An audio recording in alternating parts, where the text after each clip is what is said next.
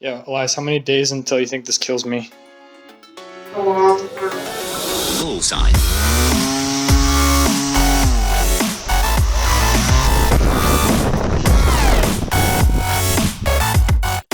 How's it going, guys? I wanted to throw this video together about the homemade paramotor that I made last year using my e-bike, electric motor, controller, and batteries. It was a really fun project, and I never really did any kind of video content on it, so I figured what better time than when I have nothing else to do. So some of you might know I actually get paragliding training at a place called Morningside Flight Park, which is in Western New Hampshire.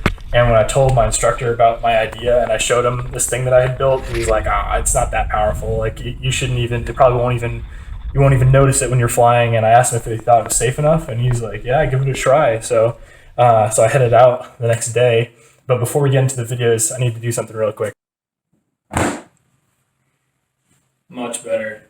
Yeah, so I actually designed this shirt myself. I have my logo right here with my name, and then I have an Ode to Tucker Gott on the back with the airfoil t-shirt. Pretty stoked on how it came out. No, it's not for sale. If people are actually interested in it, I mean, I could probably print some. So let me know in the comments if you actually want one of these things. That'd be pretty sweet. All right, so let's dive on into clip number one. So this is actually Dan and I at Mount Sunappee, which is a ski slope. Most of the places we fly are ski slopes because they're easily accessible and they're open in the non-winter months. So we're setting up to launch right here, and it took a while for us to actually be able to get off the ground or decide to launch because the wind was kind of coming from the top of the hill. Usually you want it coming at you for a better launch. If it's coming from the side or behind, you really don't want to launch, but it was so light that I decided I could pull it off. Even though I had this caged motor on my back. So I decided to send it. I was like, I said, Dan, because he didn't think it was launchable, but I did it. I pulled it off, and I grabbed my throttle, and I throttle up, just pin the throttle. I actually 3D printed a lot of the motor, but I also 3D printed the throttle. And so I'm holding the throttle closed, just kind of trying to keep it wide open. But what you'll hear towards the middle of my flight is the controller actually starts to overheat, and you'll hear the motor start going and pulsing a little bit because it's kind of hitting a temperature cutoff and then backing off, and then it cools down a little bit and increases. And I ended up fixing this problem in the second video you'll see, but the issue was the thermal pad on the inside. It's similar to PCs, CPUs, this little thermal pad. It wasn't doing a great job at transferring heat away because these little MOSFETs inside the controller get really hot, and they need somewhere to go. And another problem was my left arm was actually blocking the controller itself while I was flying, so it wasn't getting very good airflow. So a number of things kind of added up to the motor not making as much power as it could have. And you'll hear an audible difference in the second video of the higher pitch from the propeller. I didn't change anything except for the controller's cooling. So I was able to get probably an extra kilowatt out of it. The other factor in this Sunappee video right now is since the wind is coming from the top and it's kind of coming down in this bowl, it's very minimal, but it's enough that I'm losing a little bit more lift than I normally would on a dead calm day. Because it is in the evening as well, so the thermals aren't kicking off still, they're calmed down. So I probably would have stayed up maybe 20-30% longer if it weren't the evening and if there wasn't that weird wind condition going on. So I'll scroll ahead a little bit to the end, and I'm coming into land, and you'll see this in the second video as well, but I have this tendency, since I've got throttle, and obviously if you hold more throttle, you're going to stay up longer, because full throttle on this won't let me climb, but it'll lessen my descent rate. So I want to pin the throttle as long as possible, and I had to just resist the urge to hold it as long as I could, and I had to let off towards the end when I'm coming into land. And you'll see towards the landing, there are some people in a pickup truck. I kind of waved to them by kicking my feet. I came dumb close to hitting this little sign, well actually pretty big, by the lift. Because I was kind of doing a downwind landing, because this was the only real good way that I could come in, that I could approach the landing zone. But I ended up pulling it off and had a safe landing. Dan met me at the bottom. About 5 minutes later, he had to walk down because, like I said, he didn't really feel comfortable flying. But it was a pretty successful flight in my book. All right, so time for the second video. So this one's actually at Pat's Peak, which I have at least one video of me flying there. One of my first ones, like Pat's Peak Shenanigans. You can check it out right here in the top. And I actually launched after Dan in this video because it was a very good morning. There was a little bit of a headwind. So we did get a little bit of lift off of the hill, and for that reason, this flight was actually significantly longer than the other one, even though the mountain isn't quite as high. So that was pretty cool.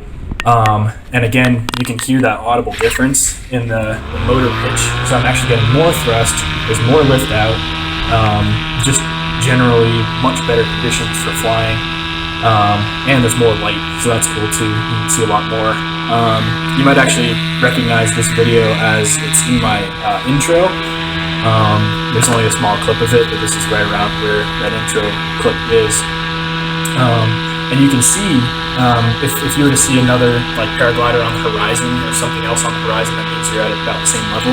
You can see I'm already like 100 feet above Dan, even though he only launched like 15 seconds before me. So that just goes to show you, even though my wing's not as new as his, I'm getting a lot more lift just because of that motor, so you can clearly tell it's making a difference here. Alright, so I'll go ahead and speed up the video a little bit as we make our way towards the end. And I do a couple circles around. I was hoping that there might be some kind of thermal activity kicking off. It was kind of early, but you never know. Sometimes there will be stuff popping off even at like 8, 9 a.m. Trying to get a little bit of extra lift out of the parking lot, but I didn't seem to find much. And actually, I didn't get this part on video on my own GoPro because my battery pack, which I wear on my chest, kind of got in the way.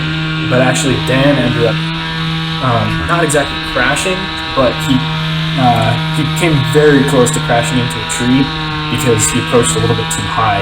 And I suffered a similar fate towards the end. And not a whole lot of this is because of the paramotor on my back. It was more because of just poor execution, I guess, with my landing. I approached the same way I usually do.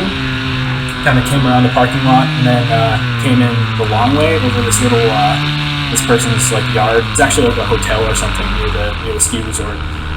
But I swung a turn because I thought I was too high, and I turned a little bit too hard, and I went full throttle when I realized my mistake, and I kind of pendulumed over, and I came probably within 5 feet of my feet hitting a tree.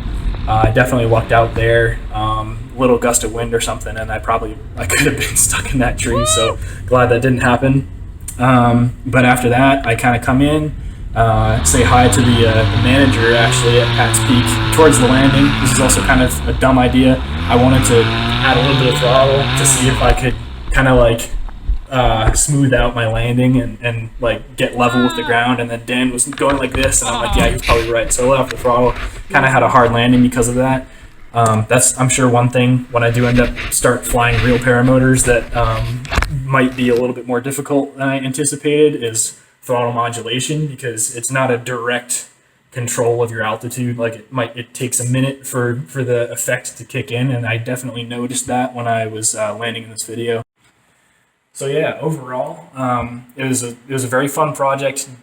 Probably not the safest project I've done, but I took a lot of precautions, including making the cage with the chicken wire, even though it added probably a pound or two to the overall design instead of doing like a fishnet. It was worth it, I think, and my mom would say so too, because there's no sacrifice for safety with this kind of thing. When you've got a 32-inch propeller with 8 horsepower spinning behind your back, you don't want you don't want body parts going into that. And yeah, I figure I might mention, since some of you probably don't know this, I did mention on my Instagram, check out my Instagram, mforcus63, pop it up on the screen right now. I actually did buy a paramotor, and it's at my house right now in New Hampshire. I'm in Kansas right now, finishing training, but I'll be home in about a month and a half, and I can't wait to build that thing and get some training. So stay tuned for some really cool videos. I have some really great ideas planned. Stuff you've probably never seen before on Instagram, couldn't find, or YouTube for that matter. So yeah, I can't wait. Let me know if you have any ideas of some cool things I could do with the paramotor, or e-bike vlogs, anything, and I'll be open to your suggestions. Thank you guys so much for watching, and see ya!